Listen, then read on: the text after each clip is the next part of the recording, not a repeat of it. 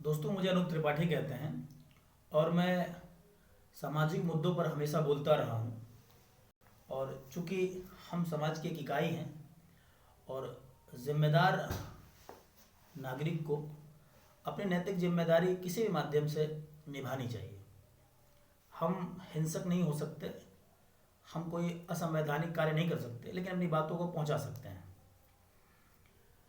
2-3 दिनों से बड़ा मैं ऊहापोह में था और बातें कचोट रही थी।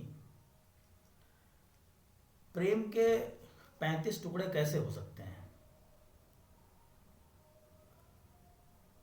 प्रेम करना अलग बात है, और उस प्रेम का जो रूप मानसिक विकृति के हिसाब से निकल के आती है, वो बात अलग है।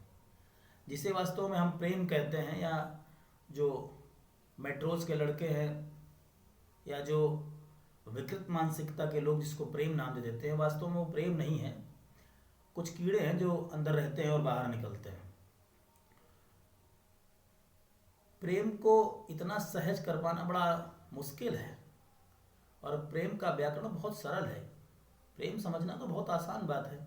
हमने तो प्रेम को पढ़ा भी है, प्रेम को जिया भी है, जी भी रहे हैं। प्रेम का मतलब ये नहीं है कि उसकी अस्मिता को ही तार तार कर देना। प्रेम प्रदर्शन की विषय वस्तु है नहीं। प्रेम में जितना छिपा हो उतना ही आनंद है उसका। अब कहते हैं ना कि तो या तो दीवाना हंसता है, या तो फिर खुदा जिसको तौफीक दे।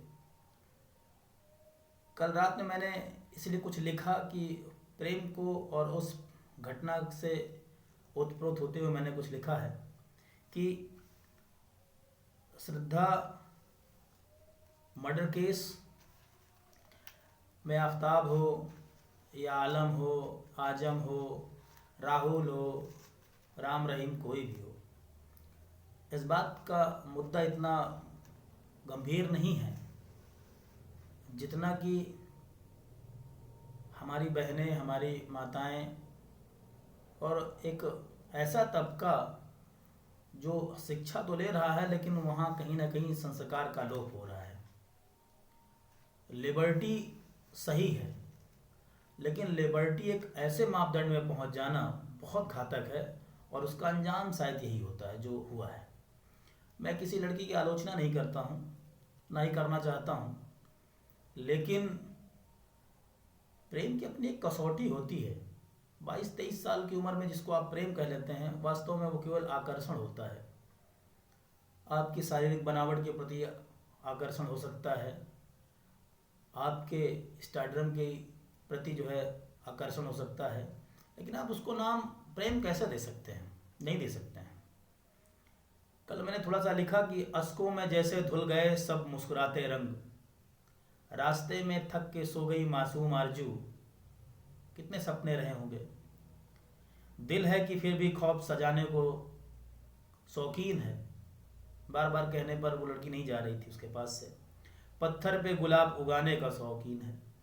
बरसों से एक अमावस की रात है, अब इसको हौसला कहूँ या जिद की बात है। दिल कहता है अंधेरे में रोशनी तो है। माना कि हर राख उम्मीद के अलाव से अच्छी होती है, लेकिन ऐसे प्रेम से अच्छा है कि आप निर्जन रह लीजिए, अपने आप को आइसोलेट कर लीजिए। ऐसा प्रेम प्रेम नहीं होता है। और अगर प्रेम यही है तो फिर ऐसे प्रेम से घिन आनी चाहिए। और प्रेम को वो लोग जो कलंकित कर रहे हैं, इसको प्रेम ना कहें, इसको कुछ और नाम दे दें। बहुत सारे नाम हैं जिसको आप दे सकते हैं। वास्तव में ऐसे मेट्रो में रहने वाले लड़के और लड़कियां मेरे वीडियो को देखें, कमेंट कुछ भी कर सकते हैं, लेकिन सोचें कि 20-21 साल की उम्र में आप एक ऐसे शख्स के साथ रहने जा रहे हैं जो आपका गला घोट के आगे 25 टुकड़े कर देगा, और उससे पहले आप सोना बाबू में परेशान हैं। कैसे आप अपनी ज़िंदगी की बागडोर एक ऐसे कमज़ोर हाथों में दे सकते हैं जो आपको आलम तो छोड़िए, आपको कब कहाँ किस जगह छोड़ दे कोई भरोसा नहीं है। कहीं किसी मॉल में मिल लेना, कहीं किसी कॉल सेंटर में मिल लेना, कहीं कैंटीन में मिल लेना, और मिलते ही पहली नज़र में प्राइमा फेसी आपको लव हो गया। So how can possible that? गलत है, सुधारिए, समझिए। और समाज में वैसे भी दो पैर के जो जानवर होते हैं बहुत घातक होते हैं, और विकृत मानसिकता के लोग और घातक होते हैं। और जिन्होंने शिक्षा तो ग्रहण की है लेकिन कॉल सेंटर में जॉब करने के लिए, किसी एमएनसीज में जॉब करने के लिए, और उनकी जो पढ़ाई है वो नैतिक मूल्यों से अलग है, कहने का मतलब ये है, इथिक्स से अलग है, तो इस शिक्षा का कोई मूल्य नहीं है। शिक्षा में जब तक नैतिकता नहीं आएगी तब तक कोई मतलब नहीं है, और आप समाज के लिए हानिकारक हैं ऐसे लोग, ऐसे बाबू सोना। सो प्लीज़ किसी की ज़िंदगी में दखल आकर के प्रेम के नाम पर उसको गंदगी मत फैलाइए। थैंक्स।